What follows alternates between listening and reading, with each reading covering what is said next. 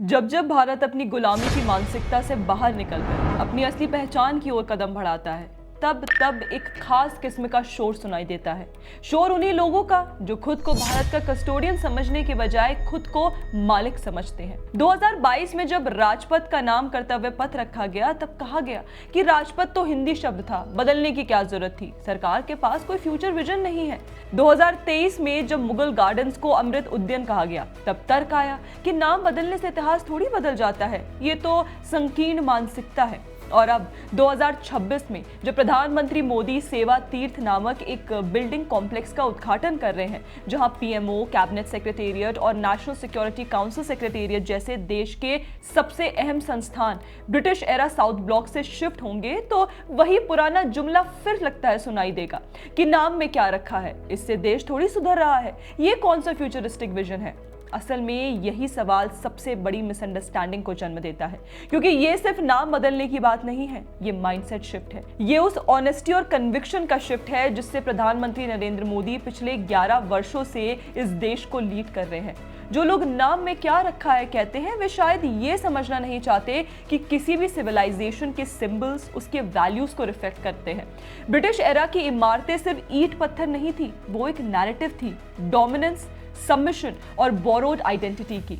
सेवा तीर्थ उस नैरेटिव का उलट है, सर्विस, ड्यूटी और सिविलाइजेशनल सेल्फ कॉन्फिडेंस का प्रतीक। और सवाल यह भी है कि अगर कोई नेता ये बदलाव करता है तो क्या उसने इसे अर्न किया है? तो इसका जवाब तथ्यों में है, स्लोगन्स में नहीं। इंफ्रास्ट्रक्चर जिसे दशकों तक कॉन्शियसली निगलेक्ट किया गया, आज भारत की स्ट्रेंथ बन चुका है। यूपीए के दौर में हाईवे सिर्फ 12 किलोमीटर पर डे की रफ्तार से बनते थे। 2023 तक ये स्पीड बढ़कर 37 किलोमीटर पर डे से ज्यादा हो गई। नेशनल हाईवेज नेटवर्क 60% एक्सपैंड होकर 1.46 लाख किलोमीटर तक पहुंचा। एयरपोर्ट्स की संख्या लगभग डबल होकर 149 हो गई। रेलवे इलेक्ट्रिफिकेशन 21% से बढ़कर 93% तक पहुंची। और ये सिर्फ नंबर्स नहीं है, ये लॉजिस्टिक्स कॉस्ट कम होने, कनेक्टिविटी बढ़ने और जीडीपी कंट्रीब्यूशन इंप्रूव होने की कहानी है।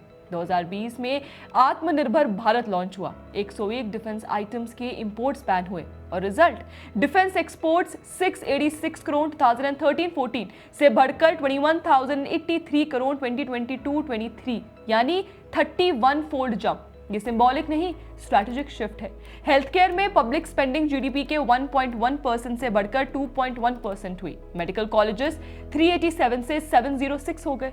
और ये नेशन बिल्डिंग है, ऑप्टिक्स नहीं। डिजिटल इंडिया और यूपीआई ने ट्रांजैक्शंस को रीडिफाइन कर दिया। 2023 में 13,115 करोड़ यूपीआई ट्रांजैक्शंस, जो ग्लोबल डिजिटल पेमेंट्स का 83% है। 51 crore Jan Dhan accounts, 2.3 lakh crore plus deposits, 34 lakh crore DBT और 2.7 लाख करोड़ की लीकेज सेविंग्स। ये वो फिनटेक इकोसिस्टम है जो कभी कल्पना में भी नहीं था, खासकर रूरल और अनबैंक्ड इंडिया के लिए।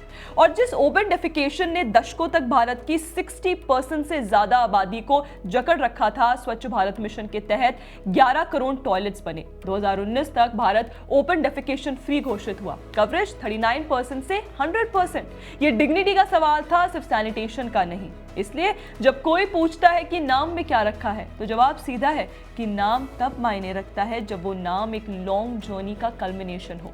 और पीएम मोदी ने ये जर्नी सिर्फ स्पीचेस से नहीं, डिलीवरी से तय की है। आज सेवा तीर्थ में शिफ्ट होना केवल एक ऑफिस रिलोकेशन नहीं है, ये उस कॉलोनियल स्ट्रक्चर को हिस्ट्री में पुश करना है जिसने भारत को डिकेड्स तक डिफाइन किया, और उस भारत को सामने लाना है जो सर्विस, ड्यूटी और सेल्फ बिलीफ पर खड़ा है।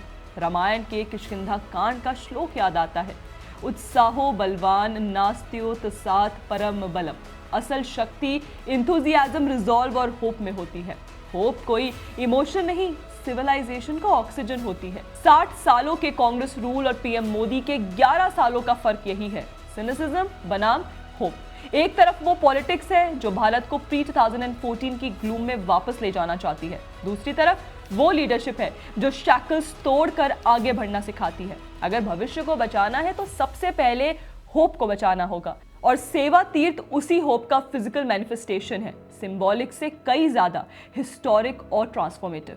दोस्तों, आपकी इस पर क्या राय है हमें कमेंट सेक्शन में जरूर बताइएगा। बाकी ऐसे और वीडियोस के लिए आप हमारे चैनल को सब्सक्राइब करना ना भूलें। जय हिंद।